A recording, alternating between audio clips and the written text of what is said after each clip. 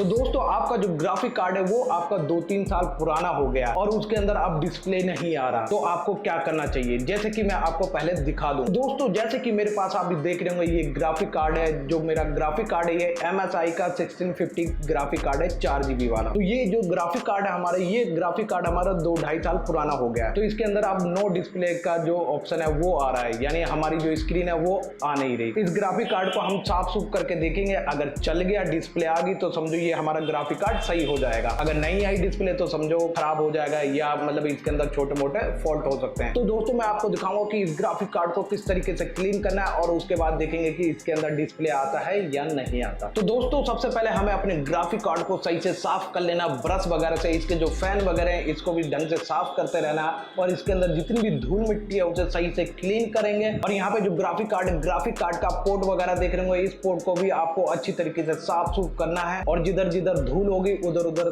सही से हम ब्रश से साफ कर लेंगे ग्राफिक कार्ड को। जब हम ऊपर से ग्राफिक कार्ड को साफ कर लेंगे, इसके फैन वगैरह भी और इसके पोर्ट वगैरह का, फिर उसके बाद हम अपना टूल निकालेंगे और उससे ग्राफिक कार्ड को खोलेंगे सबसे पहले। तो यहाँ पे आप देख रहे होंगे कि मैं किस तरीके से ग्राफिक कार्ड को यहाँ पे खोल रहा हूँ। इसके सारे पेज को आराम से खोल लेंगे और जब पेज सही से खोल लेंगे फिर उसके बाद हम ग्राफिक कार्ड को अंदर से सही से साफ करेंगे।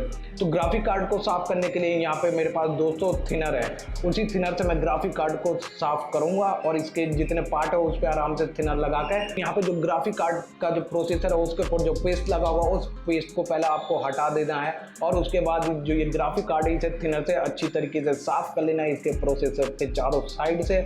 और यहाँ पे ब्रश से सही से मैं अपने ग्राफिक कार्ड को सही से साफ कर लूंगा। तो यहाँ आप वीडियो में देख रहे होंगे कि मैं थिनर से कैसे अपने ग्राफिक कार्ड को साफ कर रहा हूँ एक ब्रश के सहायता से।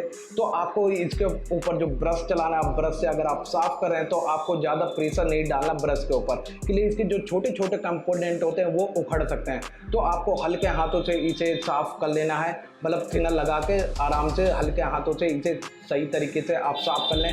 जिधर जिधर आपको धूल वगैरह देखने के लिए मिले वहाँ इसके सारे कंपोनेंट पे सही से हम इसे साफ कर लेंगे। और जब हम अच्छी तरीके से अपने ग्राफिक कार्ड को साफ कर लेंगे थिनर वगैरह से, तो उसके बाद आप देखेंगे जो ये जो एक पेस्ट होता है जो प्रोसेसर को ऊपर लगता है, अच्छी तरीके से साफ करके प्रोसेसर को ऊपर इस पेस्ट को हम थोड़ा सा लगा लेंगे। उसके बाद जब हम इसके ऊपर पेस्ट लगा लेंगे फिर अच्छी तरीके से हम अपनी ग्राफिक कार्ड को फिट कर लेंगे आराम से नट बोल्ट लगा के। तो हमने साफ सूफ वगैरह सब कुछ कर लिया, पेस्ट वगैरह भी लगा दिया। तो अब हम देखते हैं हमारे सिस्टम के अंदर डिस्प्ले आएगा या नहीं। तो यहाँ पे हमने सिस्टम को ऑन कर लिया है, अब हम देखते हैं। तो यहाँ पे दोस्तों फाइनली देखिए हमारा जो ये है ग्राफिक कार्ड ये ऑन हो गया, हमारी जो डिस्प्ले थी वो आ गई। यानी अगर आपका भी ग्राफिक कार्ड 1-1.5 साल पुराना हो गया है, उसके अंदर काफी धूल मिट्टी वगैरह जम जाती है, तो दोस्तों आप भी इसी तरीके से आप अपने ग्राफिक कार्ड को सही तरीके से थिनर से साफ कर सकते हैं। उसके बाद आप अपने ग्राफिक कार्ड को सिस्टम में लगाएं और उसके बाद अपने सिस्टम को ऑन करके देखें कि आपके सिस्टम में डिस्प्ले आ रही है या नहीं आ रही। मेरा तो ये ग्राफिक कार्ड सही है क्योंकि ये ग्राफिक कार्ड हमारा 2-2.5 साल पुराना हो गया और इसमें काफी धूल मिट्टी जमी हुई थी। तो यहाँ पे ये हमारा इस वजह से डिस्प्ले का प्रॉब्लम दे रहा था, जो कि डिस्प्ले नहीं आ रहा था। तो मैंने तो साफ सूफ करके पेस्ट लगाया, तो यहाँ पे मेरा ग्राफिक कार्ड सही तरीके से दोबारा वर्क करने लग गया है। तो दोस्तों आप भी इसी तरीके से अपने ग्राफिक कार्ड को सही कर सकते हैं।